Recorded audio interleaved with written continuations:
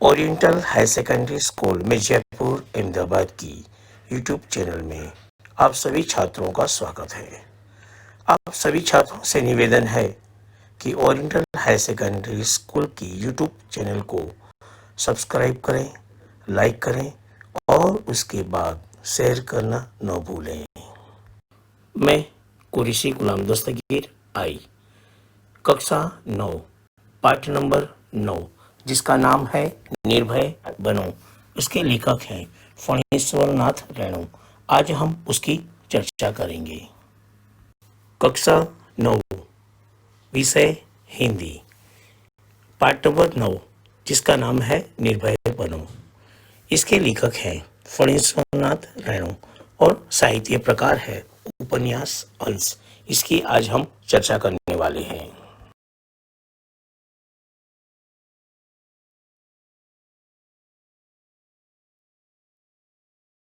कक्षा 9 विषय हिंदी, पाठ नंबर 9 जिसका नाम है निर्भय बनो। इसके लेखक हैं फणीश्वर नाथ रेणु। आज हम सबसे पहले फणीश्वर नाथ रेणु उनके जीवन परिचय की बात करेंगे। इसका साहित्य प्रकार है उपन्यास अंश।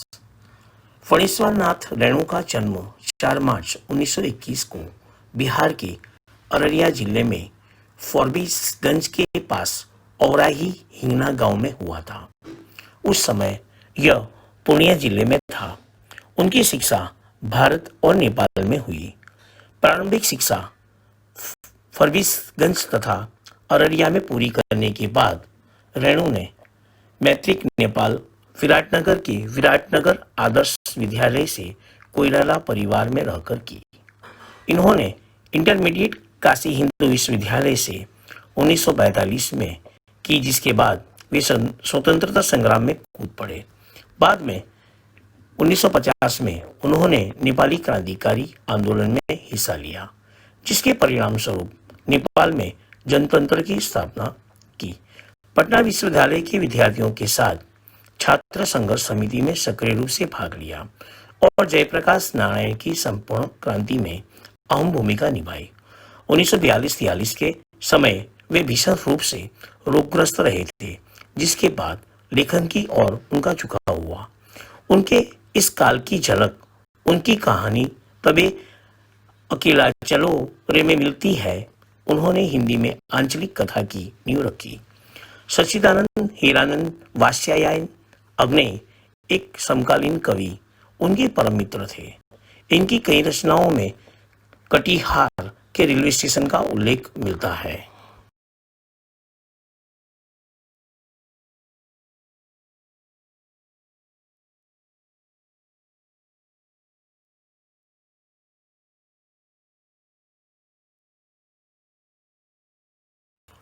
आगे हम फणीश्वर नाथ रेणु उनकी लेखन शैली की बात करेंगे।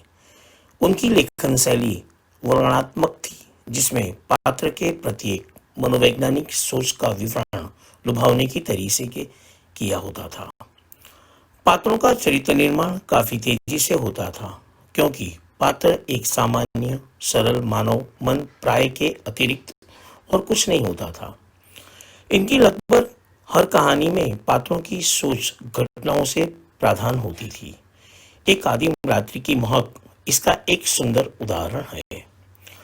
रेणु की कहानियों और उपन्यासों में उन्होंने आंचलिक जीवन में हर धुन, हर गंध, हर लय, हर ताल, हर सुर, हर सुंदरता और हर कुरूपता को शब्दों में बांधने की सफल कोशिश की है। उनकी भाषा शैली में एक जादुई सा असर है, जो पाठकों को अपने साथ बांधकर रखता है।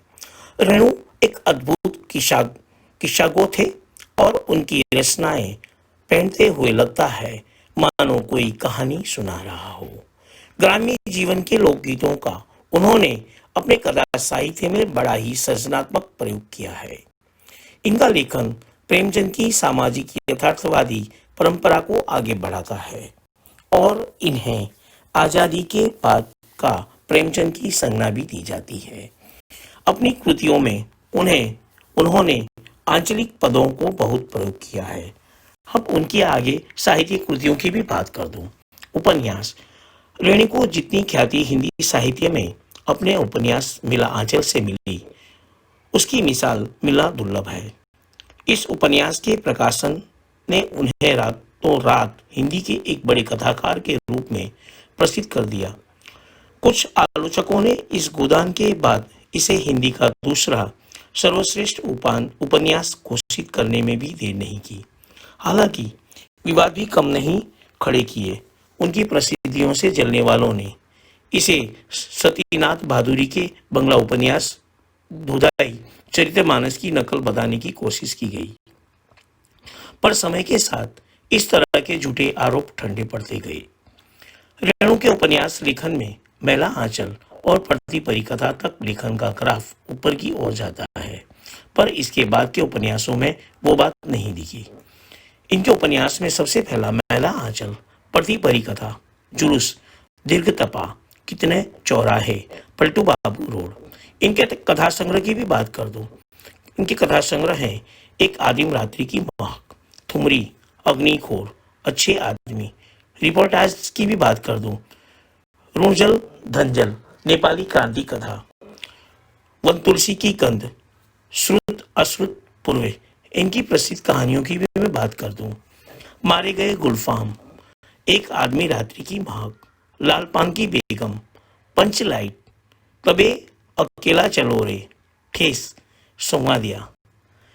तीसरी कसम एक फिल्म आ गई, पर इसी नाम से राज कपूर और वहीदा रहमान की मुख्य भूमिका में प्रसिद्ध फिल्म बनी, जिसे बासु भट्टाचार्य ने निर्देशित किया और सुप्रसिद्ध गीतकार शैलेंद्र इसके निर्माता थे। यह फिल्म हिंदी सिनेमा में मील का पत्थर मानी जाती है।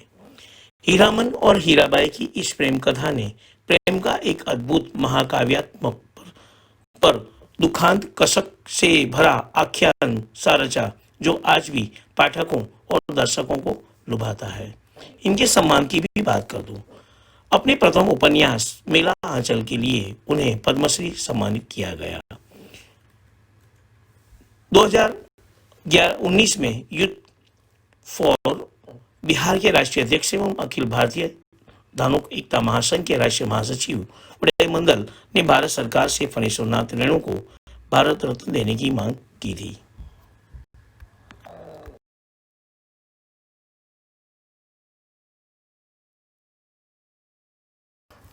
कक्षा 9, विषय हिंदी, पाठ नंबर 9, निर्भय बनूं। इसके लेखक हैं फणीश्वरनाथ रेणु और साहित्य प्रकार है उपन्यास अंश। आगे हम इस अंश की बात करेंगे। यह अंश उसके उपन्यास कितने चौराहे के 7वां प्रकरण से लिया गया है। विद्यार्थी जीवन में ही मानवीय सामाजिक मूल्यों के प्रति कथानायक मनमोहन को कैसा झुकाव होता है, इस अंश में इसका चित्रण किया है। शिक्षक इस पाठ से निर्भयता के गुण का विकास करने का प्रयास करेगा। आगे हम इस पाठ के सार की भी बात कर दें। प्रियोदा, प्रियवत राय। मैट्रिक में पढ़ने वाला प्रियोदा अपने स्कूल का लोकप्रिय विद्यार्थी है। विद्यार्थी और शिक्षक सभी उसे प्यार करते हैं। वह हर रविवार को सुबह सन्यासी आश्रम के लिए घर घर जाकर एक एक मुट्ठी अनाज मांगता है। बीमार छात्र या शिक्षक की भी वह पूरी सेवा शुश्रूषा करता है। इसके लिए उसने एक क्लब बनाया है, वही उसका प्रमुख है। सब उसकी इज्जत करते हैं। शनिवार का कार्यक्रम। हर शनिवार को प्रियोदा के दल के सदस्य परमान नदी के उस पार बालूचर नामक स्थान पर एकत्र होते हैं। वे खेलते कूदते हैं और रविवार का कार्यक्रम तय करते हैं। किसे कौन सा काम दिया जाएगा, यह भी बताया जाता है। मोना, मनमोहन का नया सदस्य बनना। कालू मोना मनमोहन नामक लड़के को क्लब का सदस्य बनाने के लिए लाता है।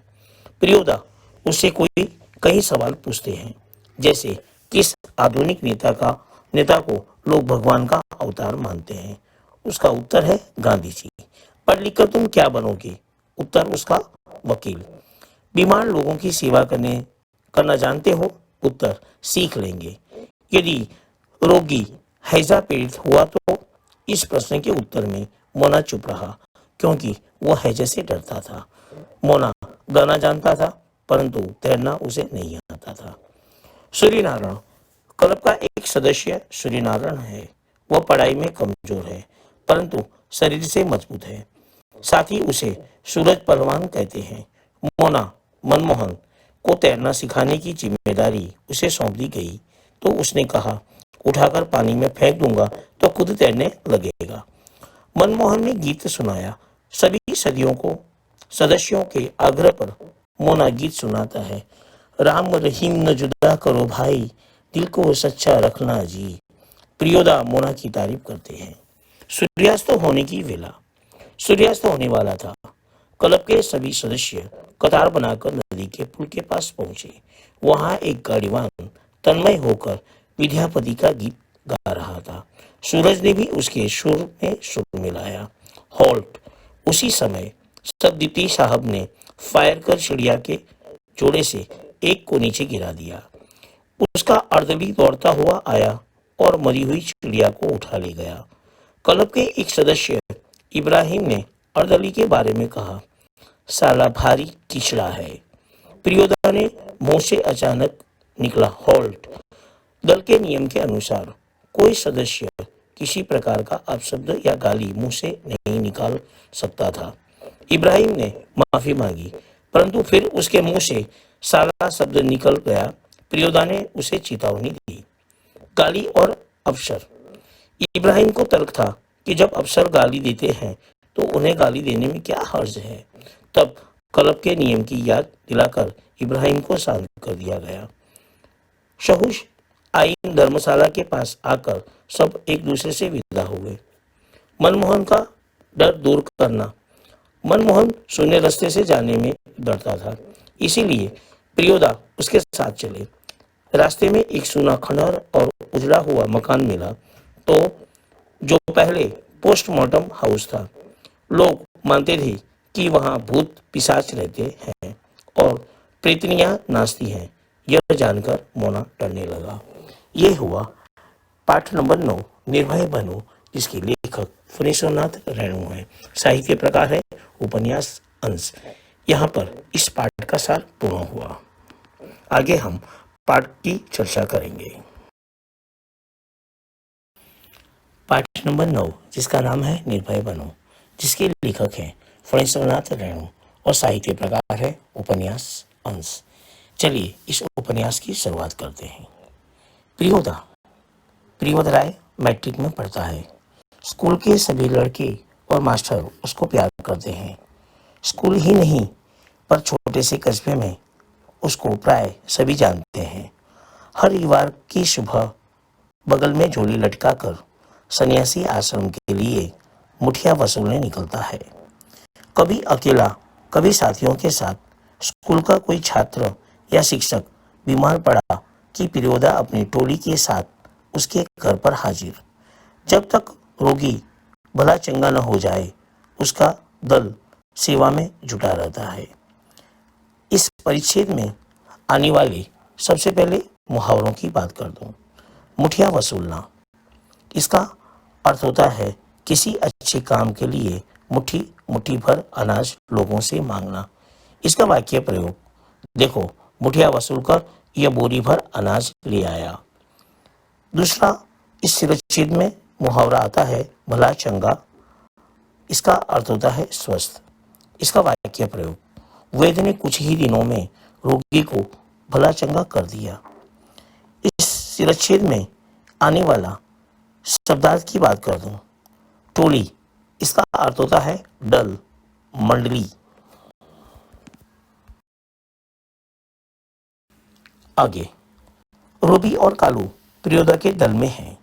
उन लोगों ने मनमोहन को भी अपने साथ प्रियोदा के दल में शामिल कर लिया।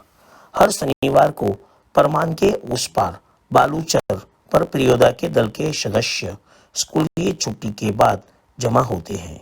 खेलकूद, गाने बजाने के अलावा प्रियोदा दुनिया भर की खबर सुनाते हैं। रविवार का प्रोग्राम तय करते हैं। किस मोहल्ले में कौन जाएगा मुठिया वसूलने, किस बीमार की सेवा करने कौन कौन जाएंगे। इस शिरच्छेद में आने वाले शब्दार्थ की बात कर दूं। झुंड, इसका अर्थ होता है दल। परमान, इसका अर्थ होता है एक नदी का नाम है जिसका नाम है परमान। बालूचर, इसका अर्थ होता है नदी का रेतीला तट। सदस्य, इसका अर्थ होता है सभ्य, मेंबर। मुठिया, इसका अर्थ होता है मुट्ठी भर अनाज। आज हम बात कर रहे थे कक्षा 9 विषय हिंदी पाठ नंबर 9 जिसका नाम था निर्भय बनो। आज इस उपन्यास अंश को यहाँ तक रखते हैं। आपको गृह कार्य करना है। उपन्यास पूर्ण होने के बाद पाठ्य पुस्तक के अंदर जो प्रश्न के उत्तर दिए हैं उस प्रश्न के उत्तर को आप लिखना है उपन्यास पूर्ण होने के बाद। आगे मिलते हैं दूसरी भाग में। धन्यवाद।